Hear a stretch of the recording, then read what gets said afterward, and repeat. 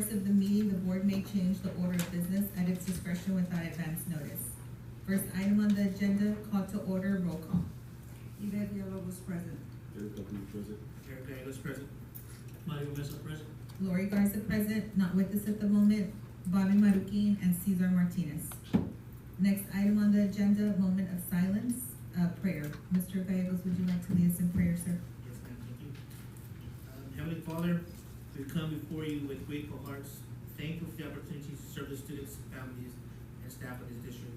As we gather to make decisions that impact the lives of many, we ask for your wisdom to guide our minds, your peace to steady our hearts, and your grace to lead our actions. In your name we pray. Amen. Thank you, Mr. Gallegos. Next item, pledge of allegiance. To the flag of the United States of America and to the republic for which it stands, one nation, under God, indivisible, with liberty and justice for all. Honor the Texas flag. I pledge allegiance to thee, Texas, one state, under God, one and indivisible. Thank you, everyone. Next item, our vision and mission statements. Trustees? Ms. Garza, before we do that, I know last week or last meeting we had, I asked for a moment of silence for all the children, counselors, families, loved ones lost in the bad weather we had up in Central Texas, and we can just please give another moment of silence for them. Yes, sir. Thank you, Mr. Mesa.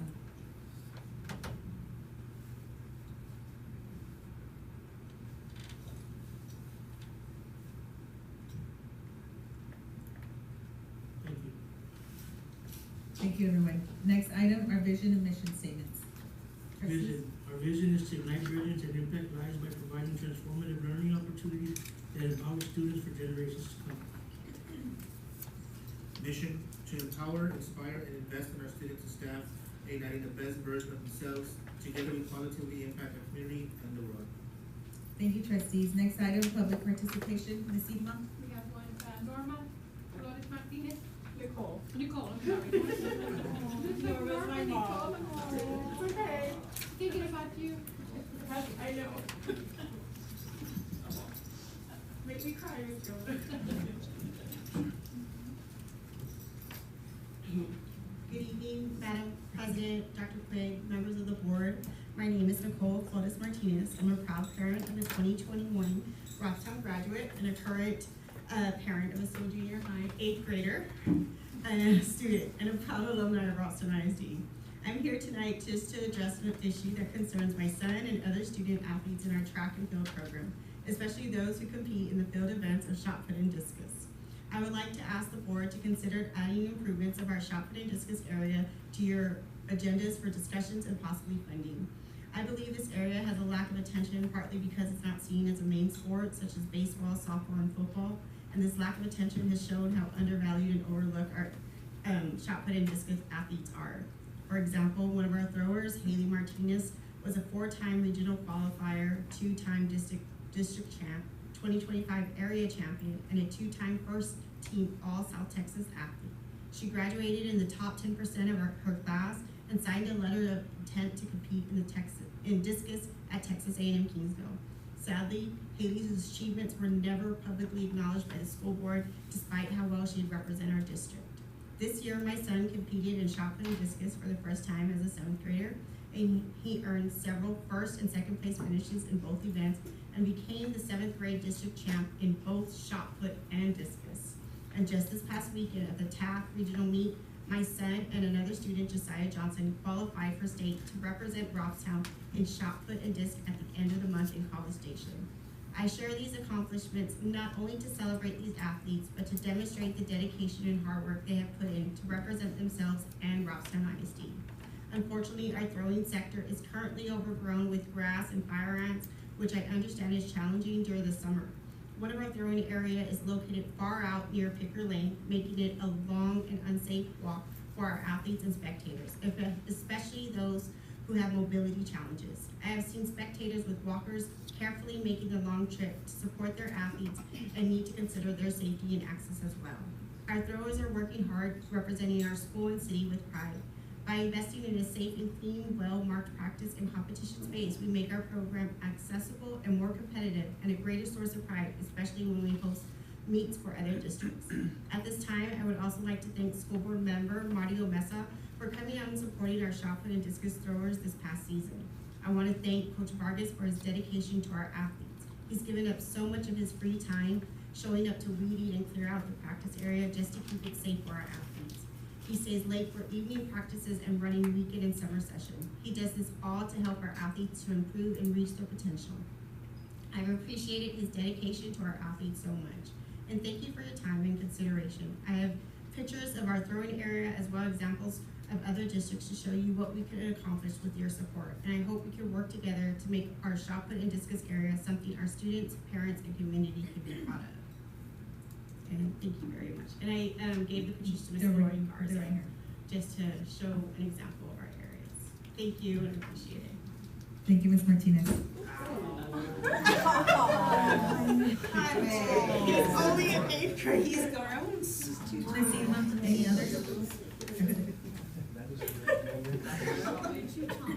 Next item on the agenda, just to give everyone an update, there is the ESC Region 2 Legislative Update Workshop on Wednesday, July 16th. How do we register, sir? Online, Ms. Petty, we can get them registered. You can just send her your picture, she'll take care of it. Is this virtual or is it in person? In person. In person, okay. And then two, the TASB TexEdCon 2025 will be in Houston, September 11th through the 14th. And I believe Dr. Craig will be registering everyone. So Yes, if ma'am. you show interest in going, please let him know. Next item on the agenda, superintendent reports, Dr. Quigg. Thank you, Madam President and trustees. On your table, you have a update here. I just want to go over some dates real quickly here. It's a superintendent update, regular board meeting. The A through F ratings for 23-24 have been approved to be released by the Board of Appeals recently. We know that the 22-23 ratings were challenged, the 23-24 ratings were challenged, and more challenges, they are ready to be released, so we're waiting on TEA's date for those released for 23-24. Number two, the field house is moving along quickly in terms of our drawings. Pretty exciting. The committee members have been very vigilant. Some of them out here in the audience, 3 of them here at the dais. We have our next meeting this Thursday at 1 p.m. and we're going to look at the MEP and the related updates from the last feedback session from the committee for, again, the field house drawings. Number 3 is a legislative update. Juan Cruz is going to host, in addition to the option we had for ESC, this Wednesday, Juan Cruz is going to host one on 7:20 and 8:30. Several of our staff are participating. That one is virtual. Madam President and I were discussing dates for our budget workshop number 3. We've got a lot of budget workshops too, and then we have a third one coming up Monday, 7/28. And this one, we're going to take a deep dive into the compensation plans and some options. We introduced House Bill 2 during the last budget workshop. This one, we're going to go a little deeper here. Okay, we'll also talk about some debt defeasance, not death, but debt defeasance. Backpack giveaway, clear backpacks, not the drawstring. These are clear backpacks. Will be given away at Robstown Early College High School on Friday at 8/1, August 1st at 5 p.m. It is a good time. And we're really excited about passing out those, again, clear backpacks. The drive-through that we have and we'll send out a few reminders of that in the whole process. It's very similar to last year outside, bands playing. It's a little warm, but we're all having a good time. It goes pretty quick. Convocation this year is going to be at Robstown Early College High School, 8 to 9. Mrs. Trevino is thrilled. We're going to have breakfast there, 7:30 set up. The message will last, the whole process will be done right by 9 o'clock. And then the campus principals have an opportunity to have their staff with them and again, really focus on the plans for the upcoming year. And then finally, Madam President and I, we've been working on an accountability workshop. The 24-25 accountability ratings. 24-25 will be out August 15th. We're going to turn around our annual accountability workshop. We do that every year. The board and our teacher and learning team and our principals come together and we start talking about purpose, process, and payoff for the upcoming year. But if this date doesn't work for everybody, let us know, because this is not Set in stone, if it works for all of us. The 19th. The 19th. Yes, sir. And so we gotta adjust it, like the Madam President said, we were happy to do it. So that's my update this evening. Thank you. Thank you, Dr. Quick. Next item, presentation informational items.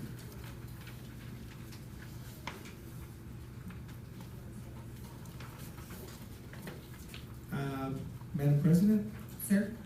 I'd like to move M&O update to the top of the list to allow our friends from Coriel, Mr. Marcus and Mr. Castillo are here alongside Mr. Lauber, and begin there with the update since they have some traveling to do. That's fine, sir. Is everyone okay with that, trustees? Thank you. Go ahead, sir. M&O update. Thank you, Madam Dr. President. Quigg. Trustees. Nate, Mr. Lauber, you're up. Yes, sir. Madam President, Dr. Puig, board members, at this time, if it's okay with you guys, I'm gonna bring up our partners from Coriel. They will give you a good overview of the project since we are coming to an end. So without further ado, Mr. Seth, and Marcus is with him as well.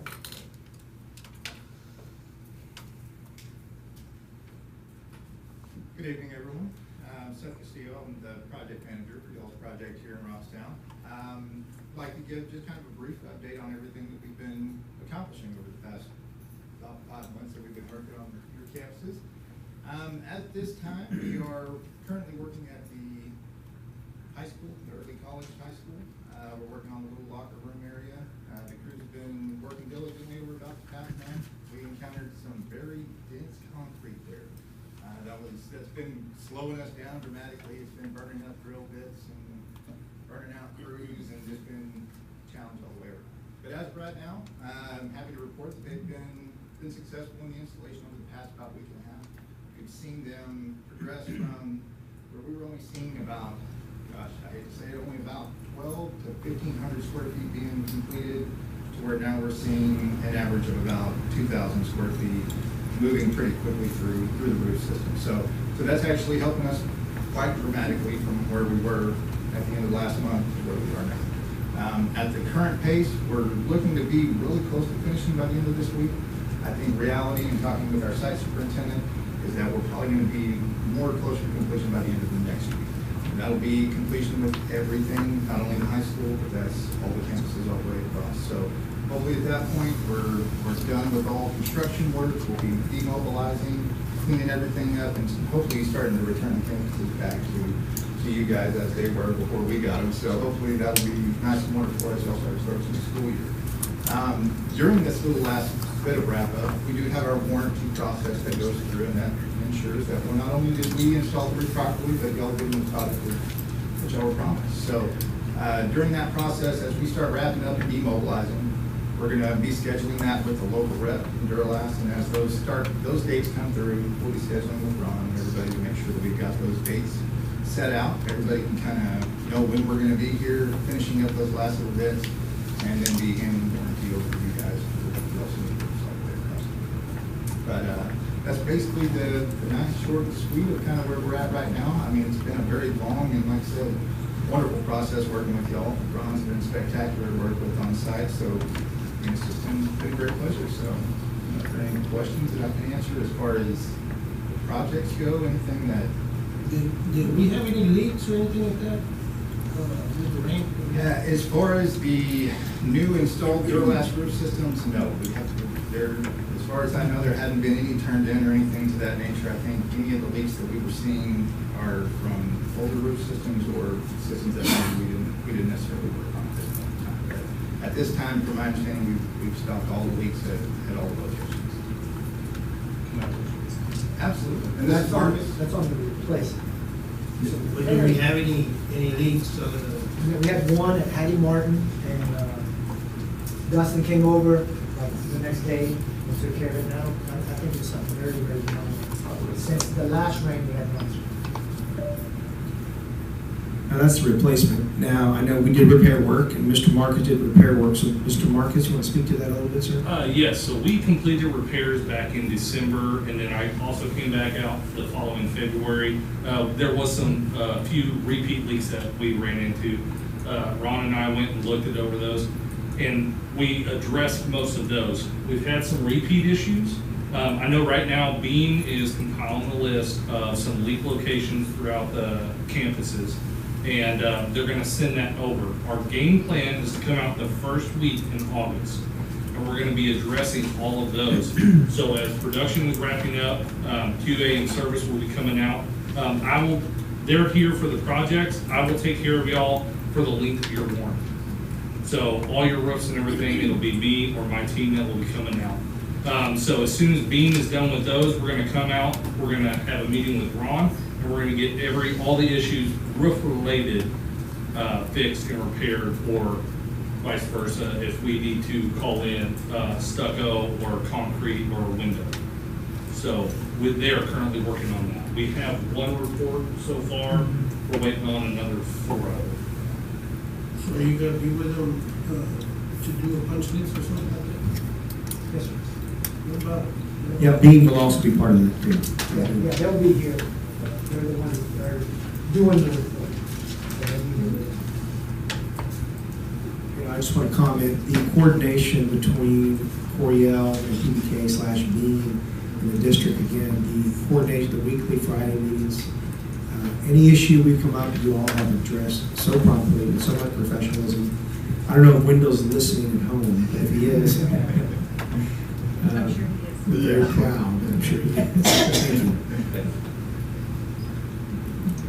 Any other questions? Mr. Love, you have anything? I'm finished. Too quiet, sir. Thank you, everyone.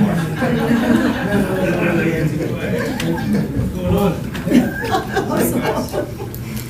Thank you, Mr. Lawver, Mr. Quinn. Next item, Robstown ISD donations. This is who's gonna give, I don't know what, the makeup thing. Is there anything I have to Yes. We have a few from athletics as well. I'm gonna come back here. Might as well not, just do that one now as well. Athletic. Athletic update. Okay. Your passion program. Well, just a quick update on that. We're finishing up strength and conditioning, football practice, volleyball practice starts the first week of August. We are actually getting our gym. They arrived today to put another nice coat on there, free of charge, because we are a demonstration. And what that means basically is we invited other schools to come watch the demonstration. They're doing about 90% of it. Tomorrow at 12 o'clock, they'll do the last 10 in front of the people that we invited, some schools. So that's being done. Uniforms are coming in. I know some of you guys probably saw the new helmet decals. New uniforms are coming in. Everybody's very excited. Up to date on coaches. I think we're lacking one coach that we're trying to wrap a few things on, but other than that, all coaching positions have been filled. Strength and conditions coming on great, and the coaches are prepping for the first sports that are coming up, which is cross country, volleyball, and football. Let's talk real quick, Mr. Lawver, about some of the fiscal moves we've made and how we've utilized some of our sponsorships and relationships with our vendors, leveraging that money to. Yeah, so we one of the big players this year has been New Balance, right? And New Balance, when they came into the game, they're offering a lot of what we call free money, which is what outfits our coaches, helps buy some uniforms, helps do some branding, and they came in right around $25,000. That is a lot of money that goes back into our programs that we can use our other money on. So basically, you're going to see some new stuff at the football field. You're going to see some stadium banners there. You're going to see some flags as you walk in on Fridays. Those big flags are going to look awesome. Our players, our kids, and our coaches outfitted on money that we got just from them. The deal with Under Armour, with Nike, it was going to start to cost, like we weren't going to get any more what they call free money, promotion money. So this was a good move for us. It's $25,000 this year, and remaining years is $10,000. So every year is $10,000 that they give back to our programs. So, and that's not counting what we spend, right? When you spend a certain amount, you get a certain amount back. So it was a good deal. The uniforms are, the kids love them. The volleyball girls, they love their uniforms. The football uniforms are awesome. We were going to have some kids out here and showcase them for you, but the football uniforms, we're not quite ready for that yet. So other than that, we're ready to start the season. So we're not using Under Armour anymore? We're gonna phase out, right? So we didn't get all New Balance, so as the time goes, it'll phase out. I think like basketball's still gonna be an Under Armour, because they're a year old, so it's gonna take a little while to phase completely out, so. But all the coaching staff is gonna wear the same thing, right? Yes, yeah, they're gonna have a home in a way, they're gonna be sharp. Excited. All our camps are going on. I think we have football camp going on this week. And then one of the newest things that we're gonna do that is they're gonna have a camp, right, where each up and coming 6th to 8th grader is gonna go to different sports, right? If you play baseball, you're gonna go do it for an hour and a half. Next, you're gonna go do football for an hour and a half. You're gonna do volleyball. So it's gonna be like a rotating thing to where they get to meet some of these high school coaches and see some of the stuff that they do in their specific program. So we're pretty excited about that. It's going to be called Rookie Camp, I believe. So some exciting things happening for sure. Do we have like a punt, pass, and throw thing coming up too? Right? We have one of the other things. One bit on everything today, but one of the other things is when we have some home games, those are going to be some of the things we do. We're going to have like a fan appreciation night. We're going to have a punt, pass, and kick competition that goes on during halftime. And, so we have some things that we're going to do for each home game this year. Looking for, if you know any sponsors that want to donate some red towels, that's the other thing we want to do. Like, first few hundred people that come through the stands, hot dog and red towels. So we want to get those fans going. We want to get those everybody in the bleachers throwing those red towels up. So those are some of the things that we're working on. Great. Good. Thank you, Mr. Longer. Yes. Thank you, guys. Thanks, sir. Next item, Robstown ISD donations. Dr. Quick? Thank you, Madam President, trustees. We are thrilled to announce some gold level sponsors for the Tech Connect that will happen on 8/31. And Mrs. Medrano has done a tremendous amount of work in really getting some sponsorship. We have Lightspeed Technologies, gold level sponsor, $750. Linewise, another gold level sponsor, $750 towards Tech Connect. And then Triple C Feed More, $200 to FFA. Mr. Nina, we'll take it. We'll take it. Very, very generous. So again, grateful to all of our donors for their extravagant generosity. Yes, thank you to all our donors. Next item, academic update and TIA update. Thank you, Madam President and trustees. We'd like to invite the teaching and learning team. They are pinch hitting for the principals tonight, who on the agenda this morning we talked about you all presenting. And Ms. Chavetta looked at me like, are you crazy? Not tonight. TNL is coming up tonight for you. Okay. Good evening, Madam President, members of the board, Dr. Quaid. We are going to be giving you an update on how we're doing in teacher learning and all the academics here at Robstown ISD. Of course, everything in the teaching and learning department, we always rooted back to our ISD vision and mission. Today we're going to hit some topics of, and here's our agenda for our presentation is, what are some things that we're doing new and different? What does that look like for the school year for 25-26? In response to some of the data, some of the results that we got in. Of course, last time we met, we talked about high school EOC STAR scores. Today we'll talk about STAR 3 through 8 scores, and looking at, in response to the data, what are we doing new and different this year? We'll also give an update on what professional development we have secured for our teachers and our instructional leaders, and then of course we'll end with the TIA update. So just like I said, what is going to be new and different for 25-26 in relation to the data? Okay. So when we looked at the data, we wanted to look at what are some bright spots, what are some things that really shine through when we look at the data. Bright spot, starting off with third grade RLA and math, and we're going to go through the numbers in a bit. Third grade RLA and math, we want to give them kudos because we saw some great gains in third grade. Junior high, we had the RLA department just rocking it, just rocking it over there. 8th grade science as well, we want to highlight them to give them kudos because there were some great gains.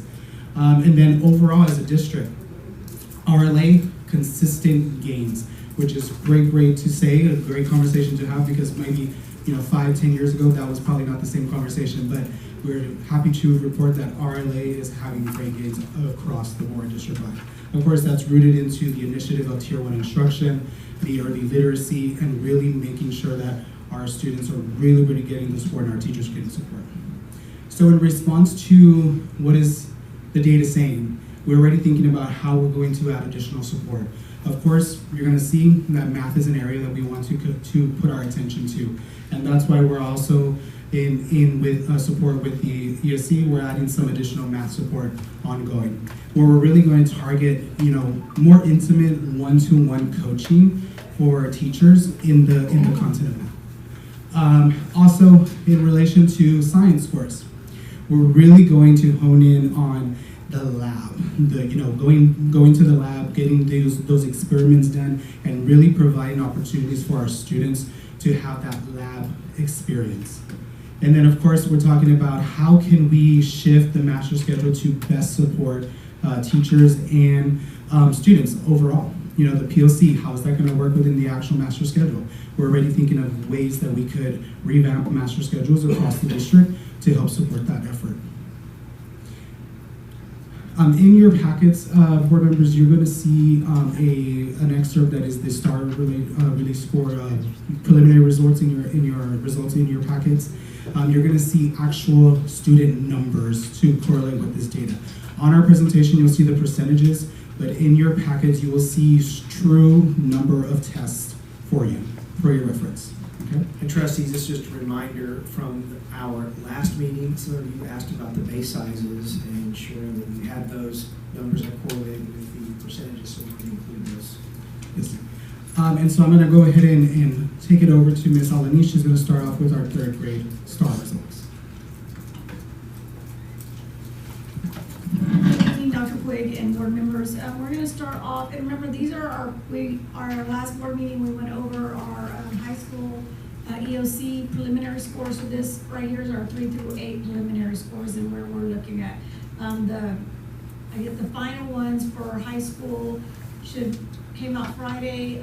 So we're still desegregating that, and then for the 3 through 8, we're looking at next week for the final accountability. But starting with our 3rd grade reading, and just to kind of explain it, if you look at the first column, it's those that did not meet, which is did not pass. And then our purple one is approaches, and then our blue is meets, and then our green is masters. So we're looking at 3rd grade reading and math, and across the district, we see all green, which is good. So that means we're getting gains, which is where we want to be. We're moving forward, and this is our 3rd graders, so we want to give a shout out to our 2nd graders, because they're making sure that our kids are leaving 2nd grade ready for 3rd grade reading level. I mean, yes, we still have some ground to cover, but at least we're moving in the right direction in the positive way. We broke it down by campus. So our first campus, we're looking at RLA, which is our reading language arts, is Lot Speech. Look at Lot Speech, we're green across the board, positive 11% in approaches, positive 5% in meets. In our masters, we gave them a star because last year we had 0 kids get a master's level, and this year we had 10% of our 3rd graders get our master's level. So that means that we're getting them ready to move on to 4th grade. Robert Driscoll, same thing. We had our positive numbers all the way across, positive 14%, 6%, and 5%. So we're all green, so we're moving forward on that as well. San Pedro, same thing. So we had all greens across the district. So we're seeing the progress in our reading. In our math, same thing. Our positive double digits in our meets for Lot Speech. And we had a little bit of loss of ground in Robert Driscoll for our 3rd grade math, 1% in our meets and 3% in our approaches, but it's within grab. So, it's not a big step back. And we're, like I said, we're already working on what we're going to do to work with these teachers with a one-to-one professional development. Same thing with our math in San Pedro. Look at that. We had double-digit gain in approaches, in meets, and in masters. And so same thing as last year, we had 0% of our kids get at the master's level, and this year we had 14%. So that is a big gain for our elementaries and third grade. So, shout out to our teachers working hard, and also that's reflecting our first and second grade teachers that we are moving in the right direction. Mr. Velasco, how do you feel about that? Well, 4 kids on campus, yeah. No, but yeah, we're working, sir. We're working. We're gonna continue to work. We're working in the right direction. As long as we're seeing green, we're good. Now I'm gonna turn it over to Josh. Okay, I'm gonna go ahead and go over the data for 4th grade. 4th grade in reading, we had a little loss of ground, of course, in our approaches but I really want to look at how we really want to focus on meets and masters. And in reading, we had that 3% increase in the meets. Masters, we stayed steady, which is great. We didn't lose any master students, which is a positive thing. In math, we're pretty much stagnant there. Pretty much stagnant in the 4th grade, little dip in meets, but we're still on the same mark, so we're okay there. Since we saw a dip in 4th grade in the meets, that's still going to give us enough opportunities for us to say we need to still support. We want to add that additional support in math. Here's the by campus and RLA. There were some double digits losses here. We're already looking at how we're going to support 4th grade in RLA. Of course, with targeting that tier 1 instruction and amplifying, making sure that our teachers are getting good with their pacing, getting good with the lesson internalization, and really focusing on that. In 4th grade RLA at Robert Driscoll, we did have some red here, but we also had an increase in the meets category. Of course, that's where we want our students to be.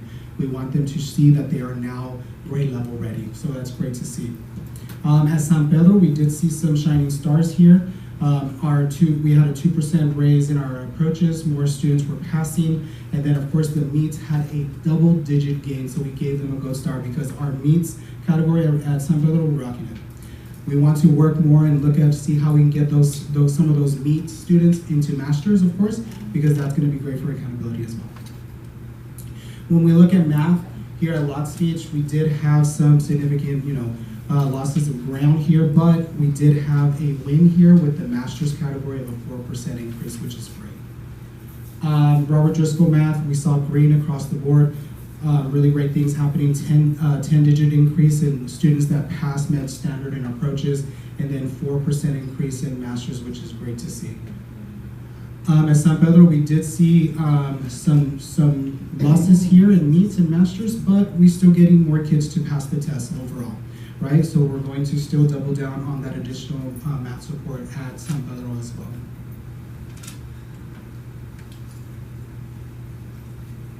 Good evening. I'm going to touch base in the 5th grade. If you can remember, 5th grade is the first time that they take the Science STAR test across the state.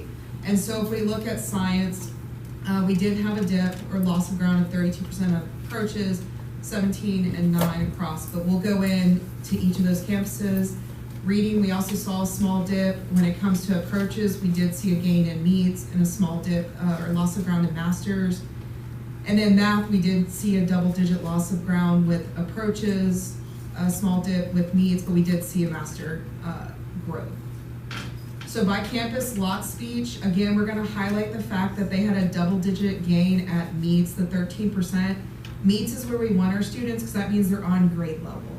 So meets is on grade level, masters is above grade level. So the fact that we did have a gain at approaches means they passed.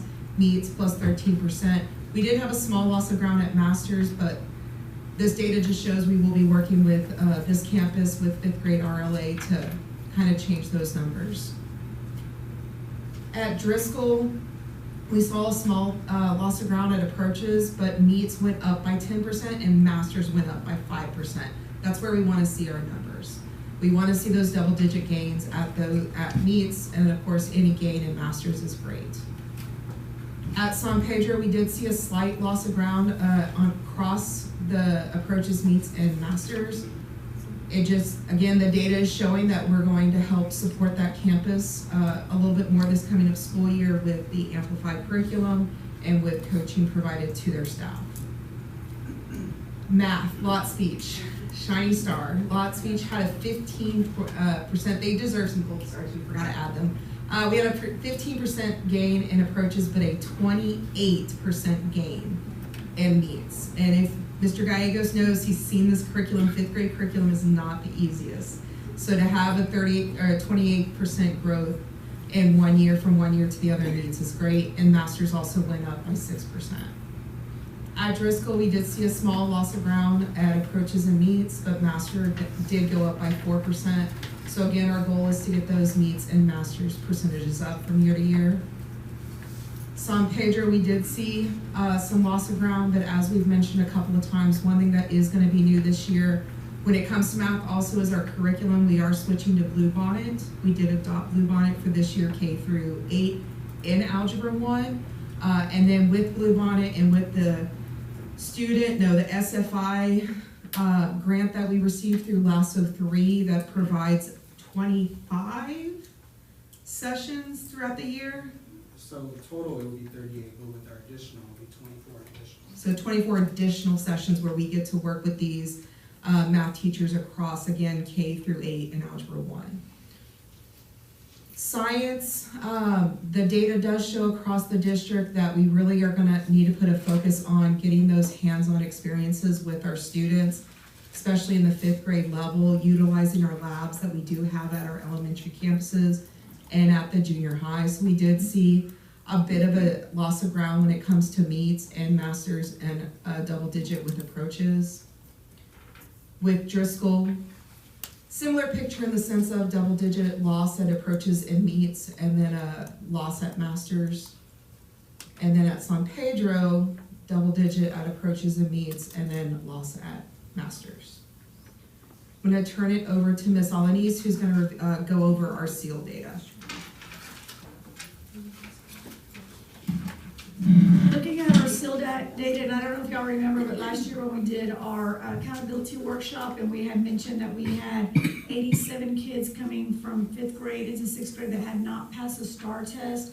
So when we start looking at our reading and we see 5% increase in approaches, 10% increase in meets, and masters had a double-digit gain also by 10%. So we are moving the needle forward, and of course, you know, we still have a lot of work to do, but at least we're moving the needle forward. And just to mention, if you are looking at, in my mind, accountability, so the purple approaches means those kids give us 1 point for accountability.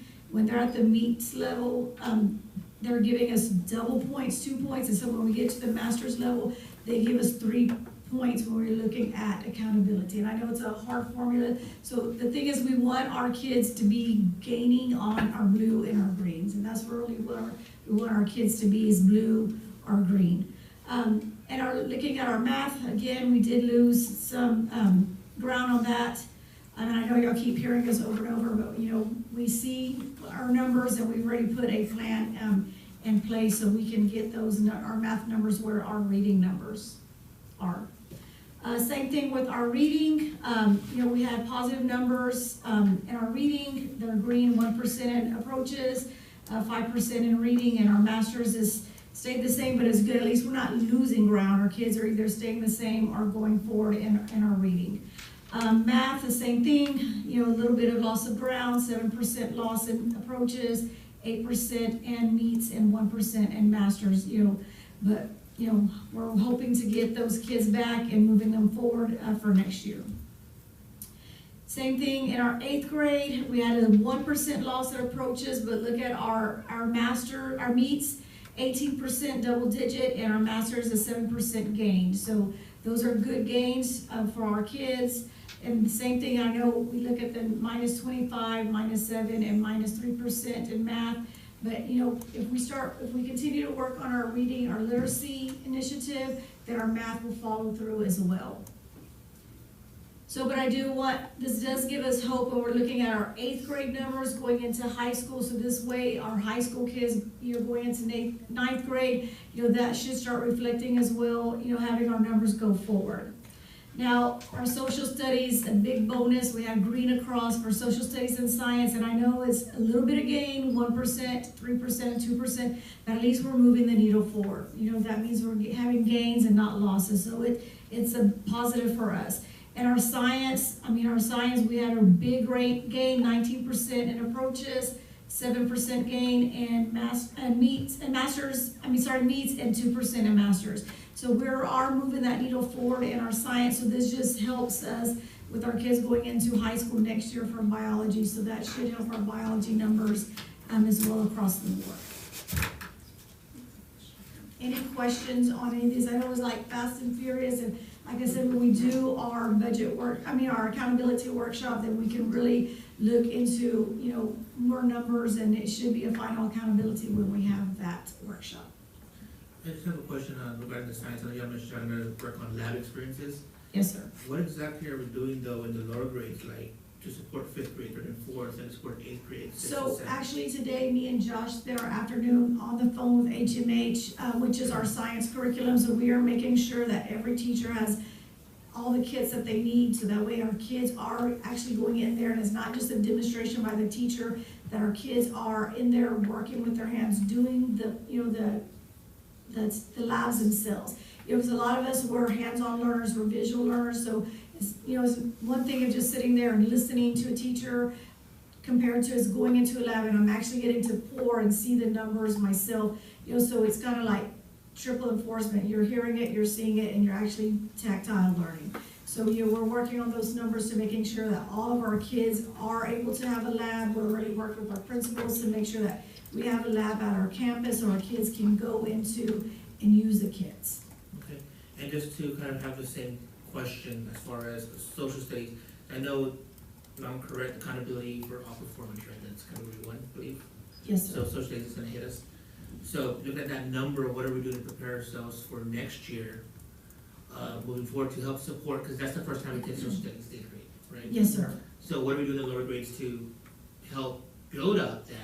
So we do use our studies weekly curriculum, so we just need to make sure that we're forcing, and we need to hold everybody accountable that they're using the social studies curriculum, and it's not just like, oh, it's there and skip over, because you've been a teacher and you know where our priorities lie. So it's like everybody needs to be held accountable, for these scores. So it's not just 8th grade that it's hitting. We need to make sure that all our teachers, know what our social studies curriculum is and are using it with fidelity, because that's the only way that we're going to grow that base for our students to be prepared in 5th grade and 8th grade. Right. Now, the reason I mentioned that is that it's just because I know it's 6th grade, 7th grade, 8th grade, they all have different curriculums. Yes, sir. Texas history versus U.S. history, world history. Yes, sir. So there's not something that you can just teach, but what are we doing to maybe looking at maps, looking at the stimulus and how to describe the stimulus, and what are we looking at and how to describe that is kind of something that is what I was kind of hoping that we're doing in the lower grades.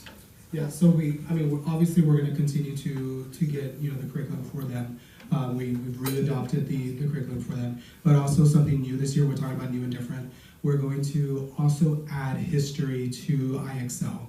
So IXL is an intervention platform that we're using for blended learning. So we looked at how we can strategically use some grant funds for that. We're looking at how we can also take from there, so we could actually implement the also science in the IXL, because we're also going to be putting science in IXL too, because obviously you see the numbers. We do want to support science and interventions as well. So in IXL, the students will be going through science and social studies on IXL, so they can get that added support. And teachers will be trained on into our history and our science teachers for that too. So not only the lab experience for science, but also the digital experience for them too. And that will be built into their master schedule, so they will have time to work on these programs during the day. And talking about that new and different, the strategic schedule for master schedules, that's something that the junior high is also implementing, is that advisory point, to where they're going to be all going through IXL. I don't know, Ms. Cheddar, do you want to talk a little bit about advisory?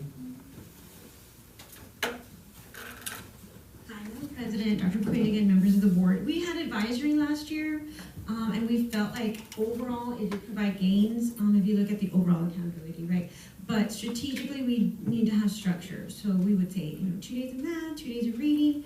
This year, we brought the team in together, and we are strategically saying on Monday you're doing this, and then we are also using the scope and sequence, because IXL is skill-based work. And so if they're doing equivalent fractions in math, then in advisory, they're going to be practicing a skill.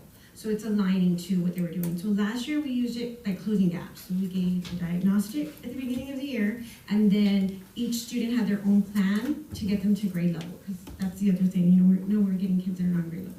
This year, we're gonna try tying it to the content that they're doing in class. For math and reading, and of course, science and social studies as well.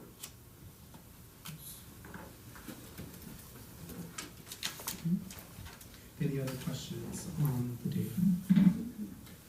So, talking about now our professional development, what we've added, a little update on that. Of course, last time we talked about ELA, but also new and different. Of course, we're still going with IXL implementation for blended learning, but I wanted to point all the way to the bottom here. We're adding that additional support. We were awarded for the 4 campuses in school improvement, additional package for supported math. So we're going to utilize that. When we met with the principals, we met with the ESC2 to really look at how we can do more one-on-one coaching with teachers, with the actual consultants and providers. And also offering our instructional leaders more support in how to, have the conversations of coaching and have the conversations in actually, getting in the weeds of the lesson internalization as well. So equipping and empowering our leaders as well in the HQIM. So that's going to be some support for them in math.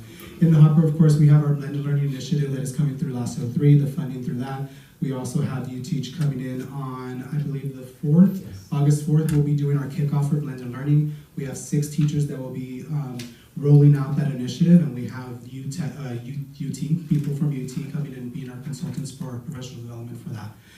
We're going to continue our partnership with NIAT for our leadership team, our coaching, having those coaching talks with, and then also in collaboration with TIA, looking at that T-test and looking at how we can coach our teachers to become better teachers.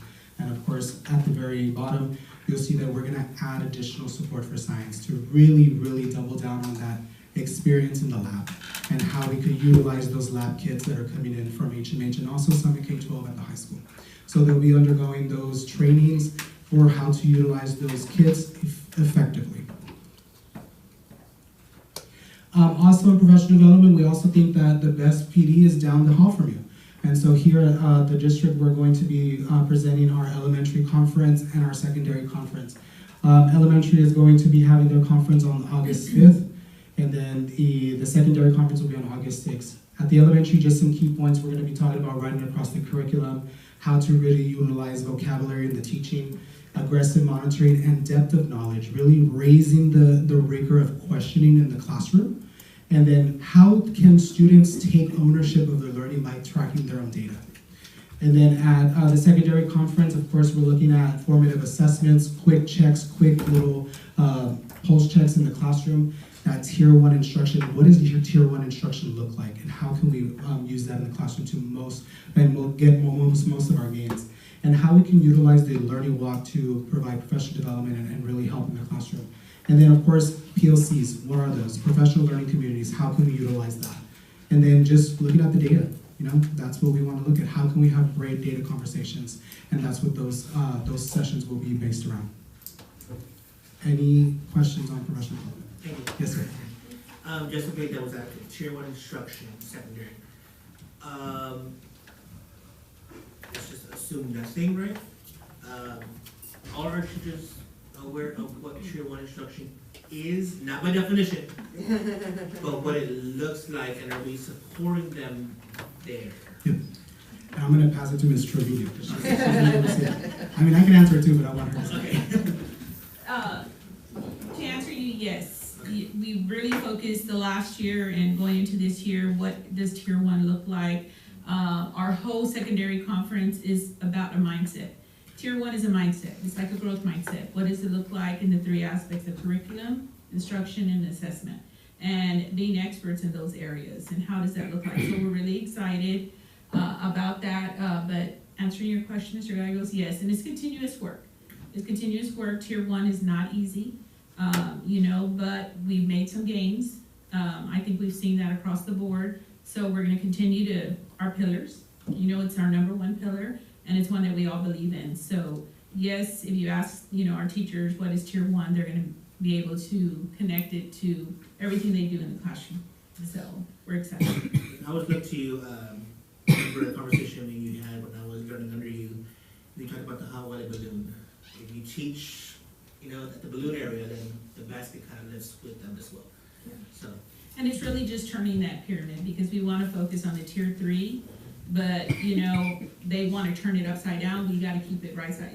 And so it's really honing in on what that looks like, and I think we've done a great job, really focusing on the pillars that support that tier 1. The pillars support tier 1 teaching, and holding everything to that level of instruction through engagement, you know, but rigor too. What does that look like? What does rigor look like in the classroom? So really building capacity and empowering our teachers, letting them know you are educated, you're just as degreed as I am, and we're gonna have some conversations around what that looks like, and be vulnerable. It's not a gotcha thing, it's we grow together, and I feel that's the culture we're building through the learning walks and everything that we do to, you know, identify what tier 1 is. So we're super excited for year 2. that's wonderful. Okay. Any questions?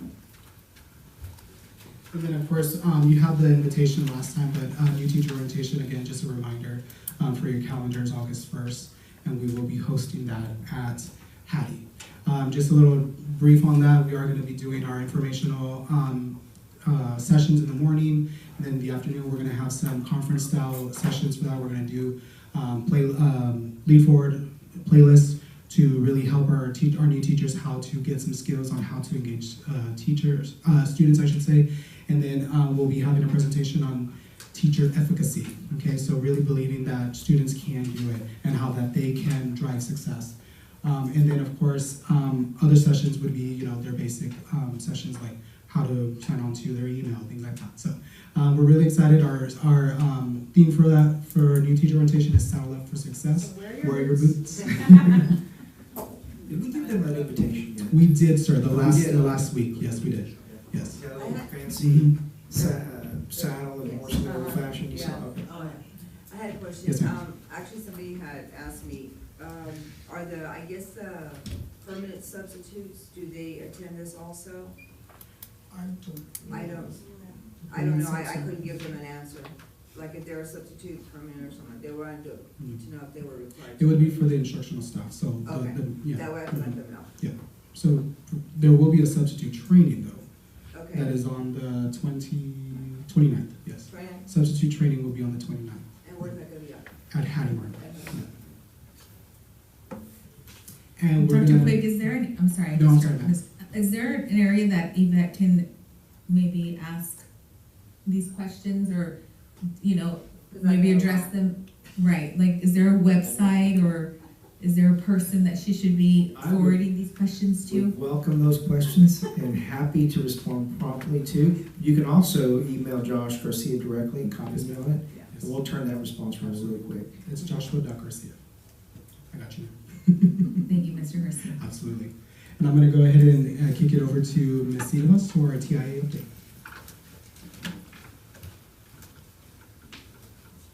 Okay, good evening, Madam President, Dr. Quigg, members of the board, and our TIA journey continues. And it's been pretty smooth so far. This month, we'll wait till the coming months, okay? I did share a copy of our journey with you. Back on the 17th, we did attend a rural cohort Zoom meeting, and we reviewed on how to set up our data capture year. Then we followed and we met with teaching and learning, and we finalized our observation calibration calendar already. Then on July the 8th, when we came back from our break, we reviewed our district TIA handbook, and we did send it to Region 15 for feedback, and we have received that already with some feedback, and we will be addressing some minor changes, recommendations from the cohort. July 10th, we met to prepare for our July 17th training, which we will be having with our campus and district administrators.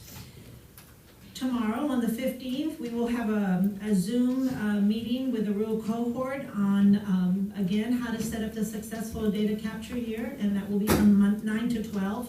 And then in the afternoon, we will be meeting to finalize the handbook based on the feedback that was provided to us from Region 15. Okay, so our goal is to have our handbook ready to go and post it on our website when teachers return on August 4th, because we will be providing some training district-wide to all teachers.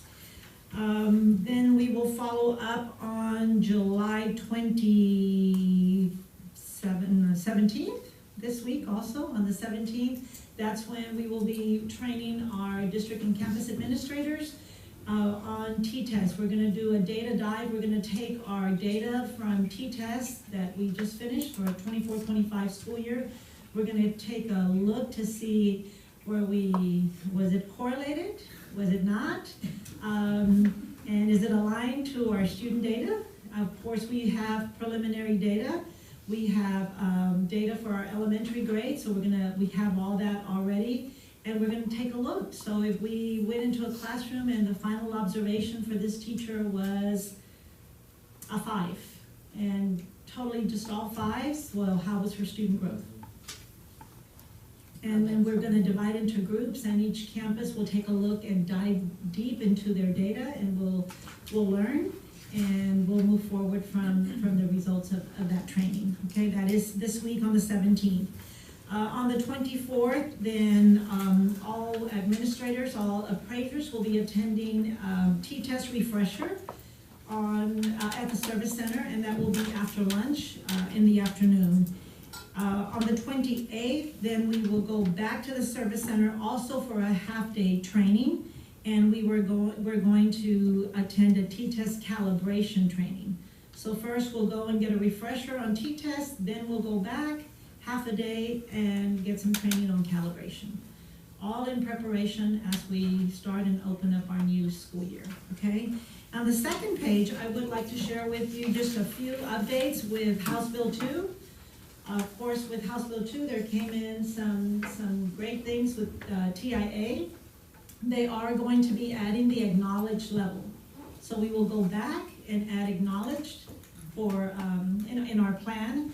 This will really address the top 50% of the teachers in the state of Texas. So the goal of TIA is to get more teachers on board on TIA. So that will be the new level that will be, the new designation that will be added.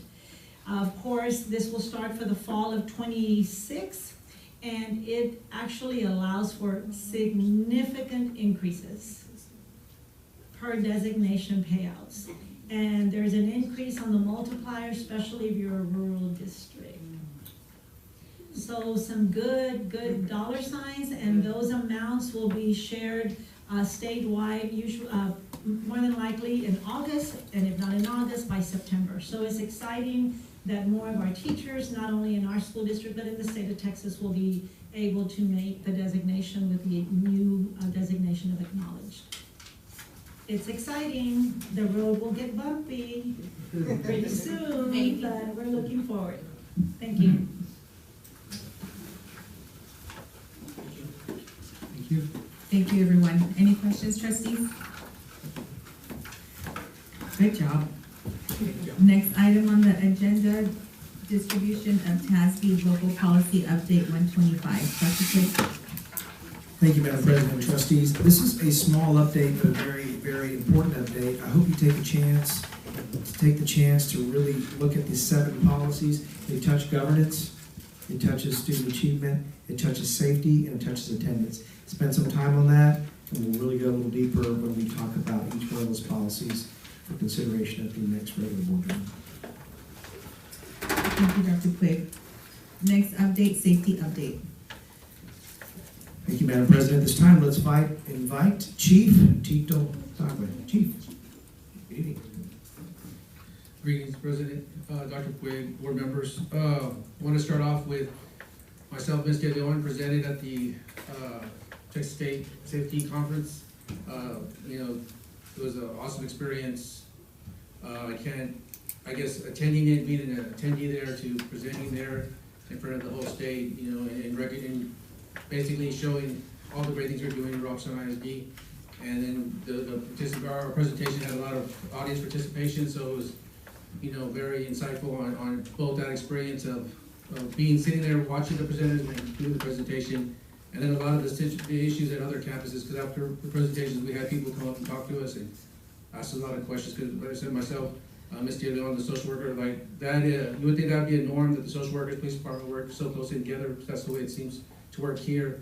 But in other districts, we were told it doesn't work like that, so, you know, I think we have an awesome teamwork here, and it shows, so. We have been meeting Mr. Lauber, Dr. Quinn, on the fencing and Robert Driscoll, and, we have had several meetings with it, and also into the funding aspect of it also, so that project's getting started as we speak, so. I did have a meeting on our EOP update, so I have to update it again, with our Texas State specialist this afternoon to get everything ready, so I'll have it completed before the school starts this year. I did meet with the director of the street department of the city, and Chief Lemez on the signs and crosswalks. They said they're still looking into that, they're still on their radar to make sure they take care of all of our signs and, crosswalks. Where's the funding coming from for the fences? Believe it was, Is that sir? the funding was. We have a state grant that we It was received. the grant, so yes. Part of our safety grant. The second. Was that specifically for the Wells system? It's for capital improvements, we can use it any way we want to. So, And did Chief Gomez give you a date of when it might He- be starting or? Well, they've already started, well, drove by, I saw that a lot of the signs have been changed, but he told me that all of them have been updated yet, and that he would get back to me with exactly when, which ones need to be done, and, when they'll be done. And who did you speak to about the crosswalks? I spoke to, the director of the street department, Mr. Mata.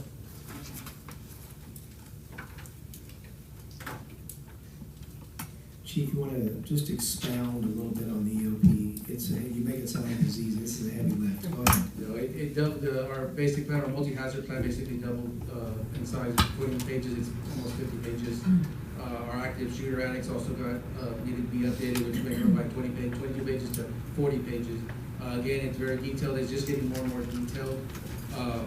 And it just, like I said, I was working on 3 hours, probably had about an hour-long meeting with Texas State, with the specialist, just going over what exactly they're looking for and what needs to be in there for us to be in compliance.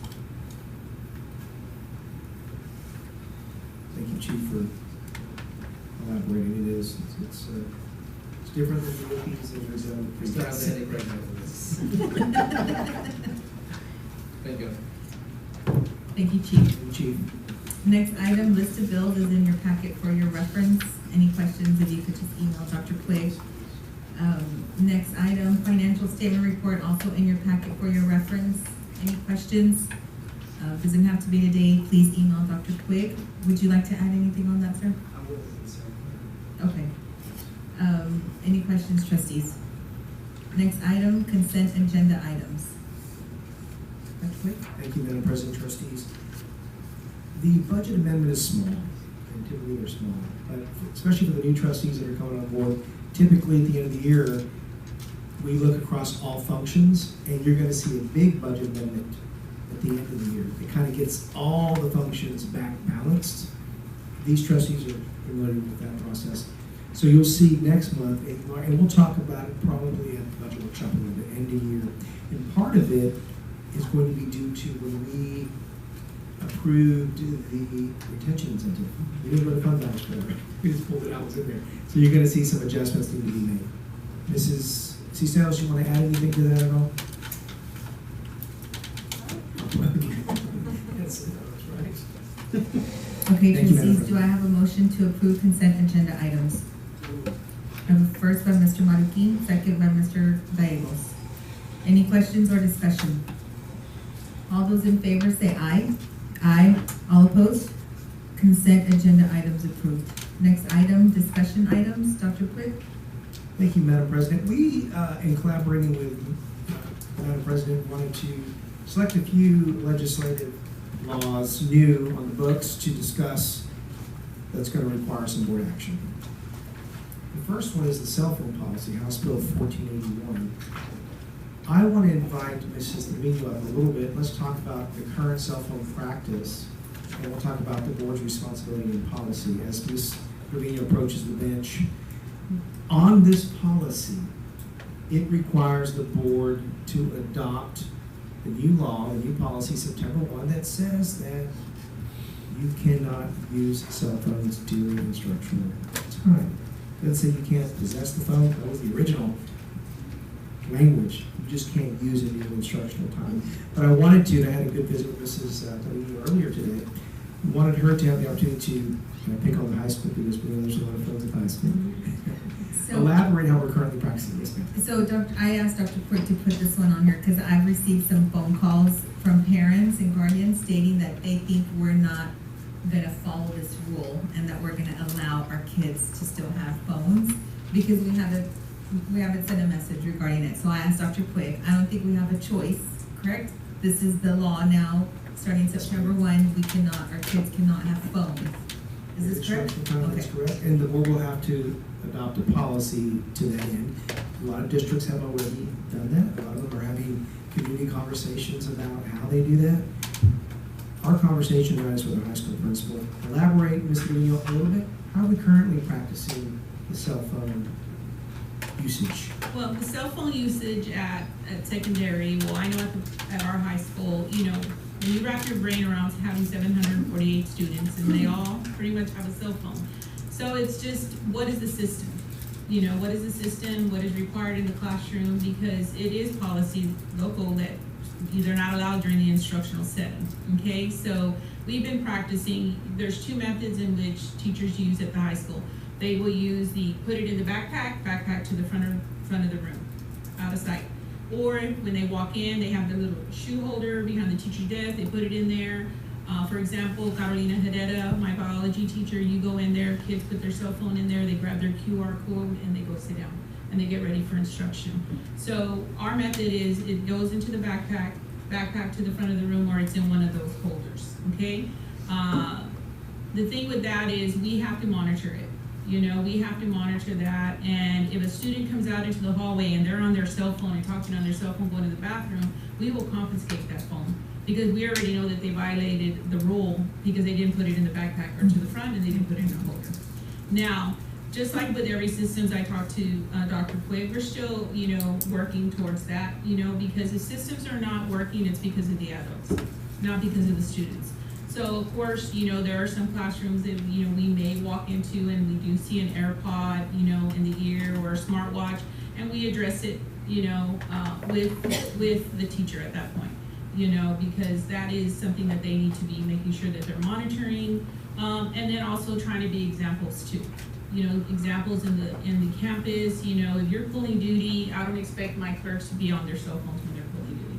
You know, we're working, so there's time for that, and there's time that there's not. So it's really has to be a cohesive system where everybody's on board and everybody's holding each other accountable. But, you know, I like to say that most of the time we're about there. You know, our kids are great. You know, we tell them to put up their cell phone, yes ma'am. You know, you're not supposed to have it out. We will confiscate it, we will hold on to it, you can come and get it at the end of the day. Second time, we call a parent, you know, Ms. Chavetta, you need to come and pick up Asher's phone. The second time we picked it up. Third time, it may be a referral, and that's where we can have a conversation with parent and say they're no longer able to bring their cell phone. You know, so it's a responsibility, you know. Now there are some external, you know, some issues where we do have that advocacy, and we tell our kids, talk to us. Hey miss, my mom's in the hospital, you know, may I place it on Miss Curry's desk in case somebody calls me, I need to take this call. You know, we work with our kids, but for the most part, they're not allowed, and they've never been allowed since I've been there. So it's you know, continue to focus in on that because instruction is tied to Tier 1, and Tier 1 is we need kids engaged and not on their cell phones. So they're not allowed. So Dr. Quick, how are we gonna relate this to the parents and when? So we really wanted to have this meeting, have an opportunity to publicly discuss the policy. So this week, we will definitely roll out their communication and alignment along with what Mr. Reno just said. But we also want to bundle it with a couple of other items. So we're not just stripping out a bunch of policies. This one's a biggie, and a couple of others here also on the radar. But I think it's important to underscore what Mrs. Reno said. It's going to take some unity of the adults to make sure this law is followed. And there will be some, you know, grinding and gnashing of teeth. People are connected to this thing, especially kids. And it's become a distraction to Tier 1 instruction. And so the intent of the law is wonderful, the application and execution of it needs to be equally wonderful. And I think that Mr. Trevino has done that to date. And this is an opportunity for us now as a governance team to look at a policy, recommend one to you all, and then everyone's in the know that this is the new, not only law, but it will be the new expectation of practice. Well, technically, it's the law. Yes. What they pass now, so. But, so we're trying to see if we can adopt something of what they're doing for all the campuses there, right? Correct? Yes, ma'am. And we already have a sample policy that I'll share with Ms. Cars and the team to look at. We are practicing as a regulation right now, but Yeah. now it is law. And so we want to make sure that we're relying on the policy. Awesome. I'm glad I wasn't raised with cell phones. I, like some of you, I've spoken to some parents too, and it really comes down to, you know, parents still want their kiddos to have it. Things are going to happen. I spoke to a parent today that shared very candidly that one time her daughter hurt her knee and couldn't walk and notified the nurse. No one ever told the parent that she couldn't walk, and they just put a little ice pack on it. And not our district, by the way. Not here in Robstown. And so the kiddo had to text the parent, like, hey, I can't walk, I need some help here, Dad won't be coming. So there is still a need for parents to want to have that access. And that's fair, right? What I'm getting a lot of is, what if there's an emergency in the school? Like, you know, like, for instance, like a school shooting and stuff, because as we all know, over there in Uvalde, a lot of them were going in communication with the phone. So they're like, what are we gonna do? You know, how are we gonna race to our phones to get help, you know, or something? I said, you know, we'll address that, you know, I tell them, you know, it's being taken care of, you know, to where you're not gonna have to worry in that aspect. You know, notifications will go out, people will be, you know, informed. So in our communication home to parents this week, we'll let them know that the board will be anticipating a policy to consider and act upon. So what, I'm just curious, sir, what happens if we do not adopt a policy? It's still the law, September 1st. It is the law. Got it. Next item, UIL participation. So this is a new one. The requirement now is for the board to vote to opt out, to allow homeschoolers to participate in UIL, whether it's academics or athletics or the arts. So prior, it was the opposite. You had to vote to allow them. Now, this new passage of the law, Senate Bill 401, they're in, unless the board votes otherwise. So curious thoughts from the governance team on that one. How many homeschoolers do we have? Now, we have no official count on homeschoolers, very difficult to track, but I would venture to say there's probably in this area, there is a homeschool association. I know this because I am on the board at the Nueces County Library that utilize it. There's probably a couple hundred just in the surrounding area. Water Nueces County, it's significant. But they do have to participate, they have to live in Robstown ISD. I can't just go pick out a Cal Allen and come over here. They have to. Mr. Lawler, why don't you come elaborate a little bit on this from the athletic side? The other thing on that is if you opt in, right, then, and they can't go to Cal Allen, basically, or they can't go to Banquetti, they have to come to Robstown. What do you mean by opt in? Opt in, yeah, like if we say we're gonna allow them We're gonna allow homeschoolers to play sports. here for Robstown. Okay. If we say no, then they can go anywhere they want. Oh, Even got it. even if you say yes, it doesn't mean they have to come here, but they have to go to their home register. Got it. So what do we wanna do, Mr. Lover? I'm What do we wanna do? Bobby, what do we wanna do?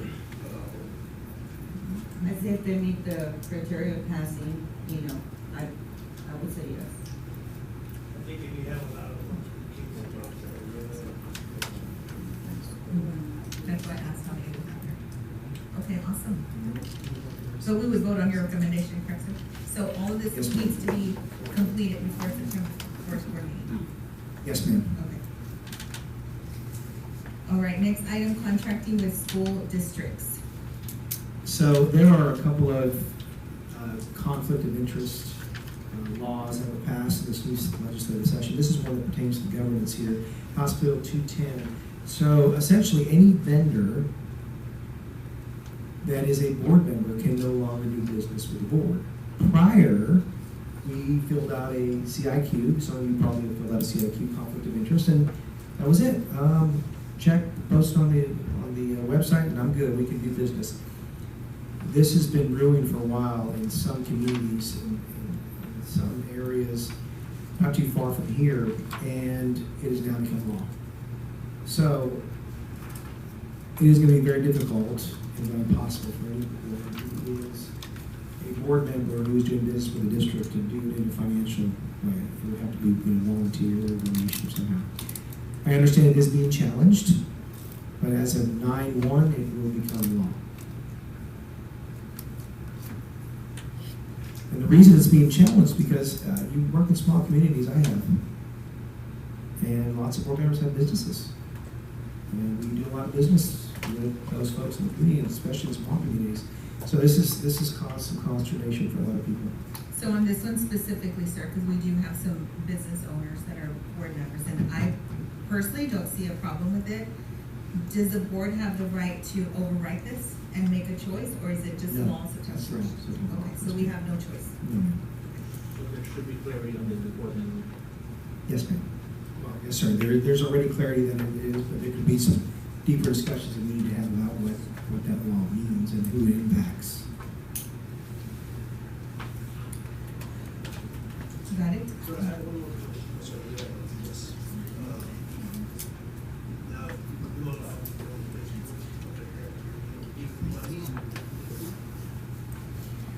The homeschool kiddos are getting funding, will be in 26-27 from the state, so they're going to get their own set of funding. Will we as a district get some funds for letting them use our equipment and state and taxpayer? Let me run that down a little more clarity for you. Oh.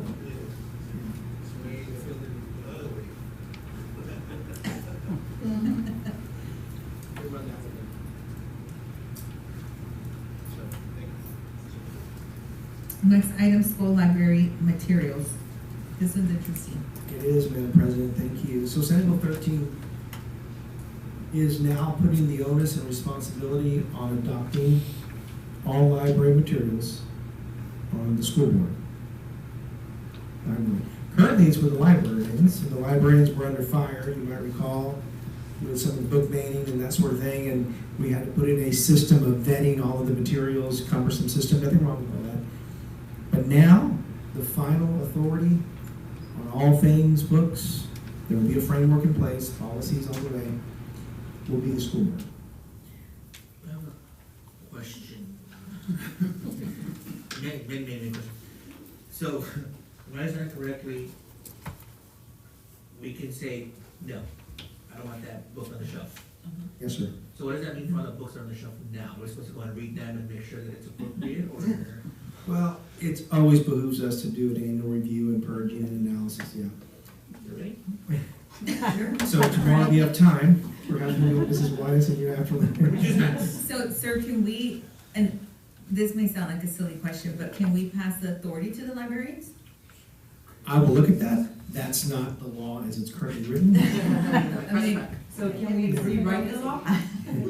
You want to talk to the representative we had lunch with the other day? You're welcome to do it. I'm on it, sir, I'm on it. So this was born out of a lot of the controversy where it felt like some trustees didn't have the authority in some districts. Now they unequivocally do. Okay, so if a librarian wants to purchase a book, what does she do, or he do? Do you bring it to the board and say, hey, scan this for us? this is crazy. So there is a process. You all be the final authority. We will do our administrative part, I promise you, and then we will make sure you are involved in the final selection. Can you provide a synopsis? I'm a math teacher. Yes, sir. Yes, sir.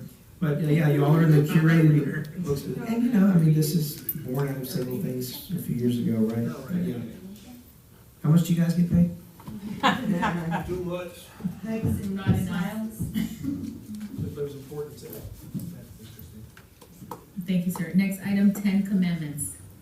So required by law now, beginning September 1, that the 10 Commandments shall be displayed, poster size, 16 by 20, has to be that minimum size, unobstructed, clearly visible in classrooms, within every classroom. Every classroom. Isn't it I also know. every, like, where kids gather? Isn't it also in that? Every classroom Like is my understanding, but I'll check that, I'll run that down too. But my understanding is every classroom, and we're certainly welcome to taking donations on that. A little backstory, Louisiana passed something similar in 2024. It was challenged and by the feds, and it was ruled unconstitutional. So it was supposed to go into effect this year, January 1st, 2025, and then it was shut down. Mm-hmm. But again, it is the law 9-1, so we're gonna have to comply.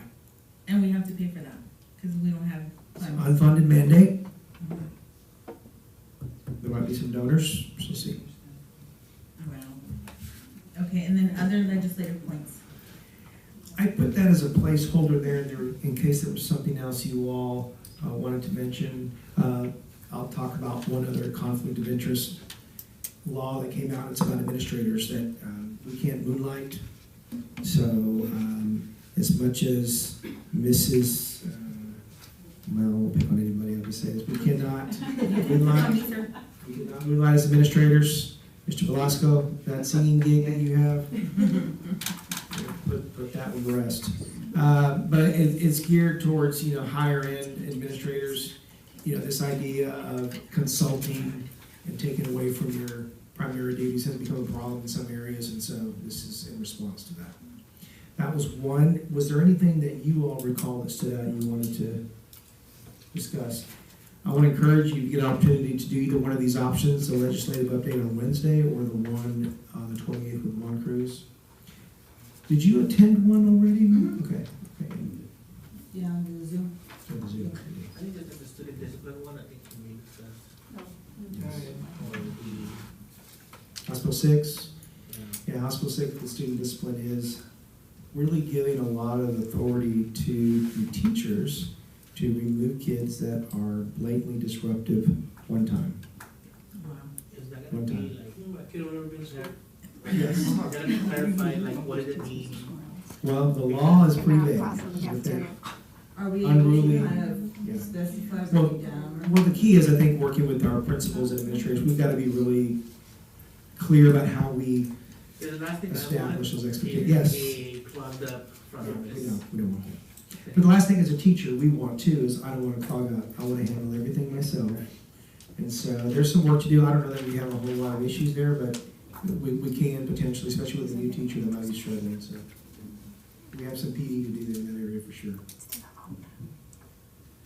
There's another one for a travel update for like the TASB board I sit on. All my expenses have to come to you now, and then you bill TASB. Yes, it is. Again, Madam President, I strongly encourage a legislative update. We did a couple here with the district, super short, super fast, that focused primarily on House Bill 2. It's extensive. Thank you, Dr. Quick. Next item on the agenda is review local board policy. So this was an agenda item that was requested to be put on the agenda by Ms. Villalobos. Yes, just basically two questions. On the, I guess the DEAP, where is that gonna be located? I've been hearing different things, if it's gonna still be in Ortiz, or is it gonna be over at Hitty Martin now? DAP is at Hattie Martin. Okay, it's at Hitty Martin, okay. And what is it, what is the policy on that? I didn't see anything on that. Is there a policy that we have for that, as far as how long are they there? Are they getting any kind of? There's not a board policy, but there's definitely a DAP handbook that we follow that determines how we determine whether or not a child goes there, a student goes there. We follow chapter 37 of the law that codifies what DAP entails. And so we do a really good job of that. We do annual training on chapter 37.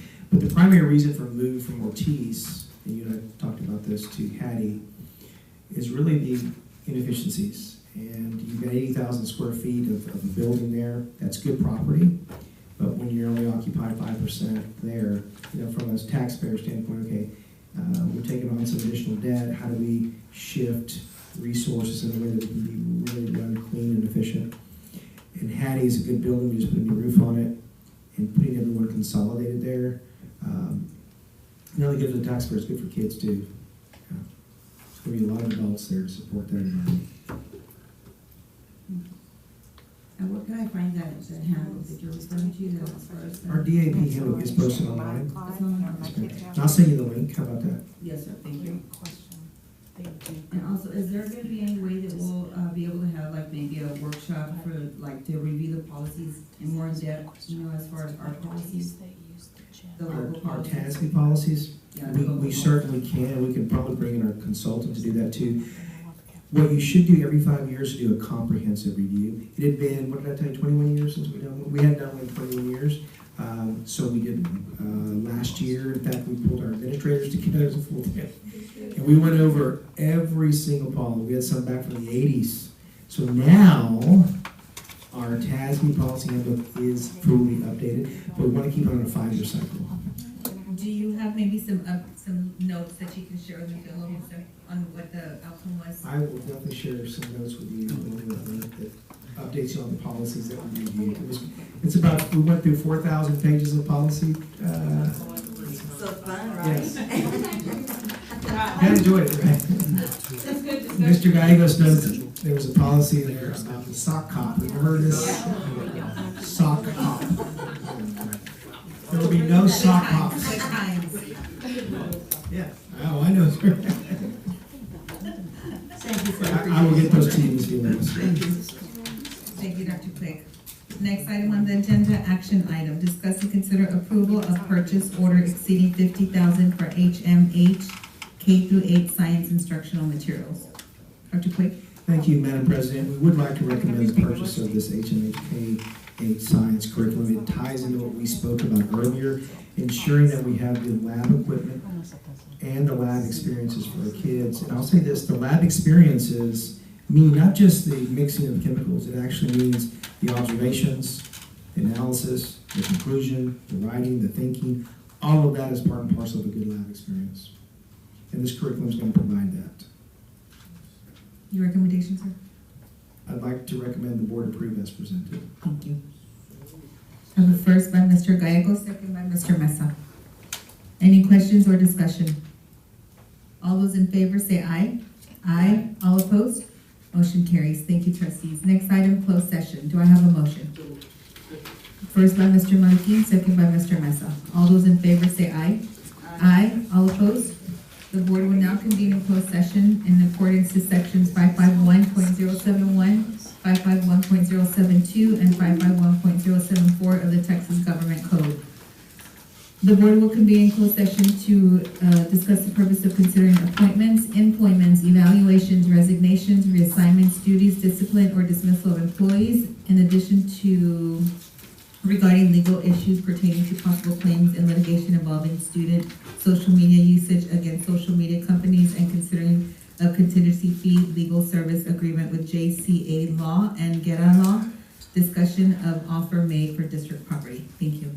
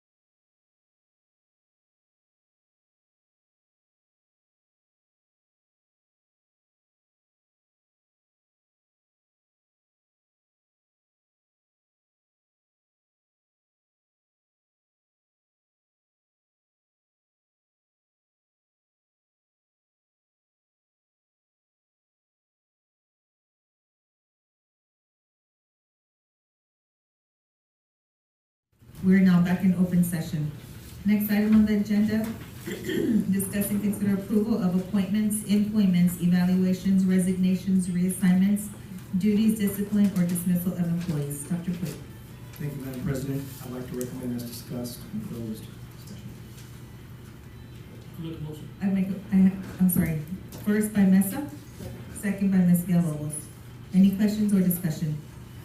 All those in favor say aye. Aye. All opposed? Motion carries. Thank you, everyone. Next item, discussion and possible action regarding adoption of a resolution approving a contingency fee legal services agreement with JCA Law. Trustees? Madam President, I would like to table this item. Thank you. I have a table by Mr. Marroquin. Do I have a second? I have a second by Mr. Mesa. All those in favor say aye. Aye. All opposed? Item is tabled. Thank you, trustees. Next item, discussion and possible action regarding, I'm sorry, did I just say that one? No, It's the second one. Discussion and possible action regarding adoption of approval of a contingency fee legal services agreement with JCA Law. It is the same thing. no, it's different. And authorizing the board president to execute such agreement. Trustees? Madam President, since we tabled item B, I'd like to table item C as well.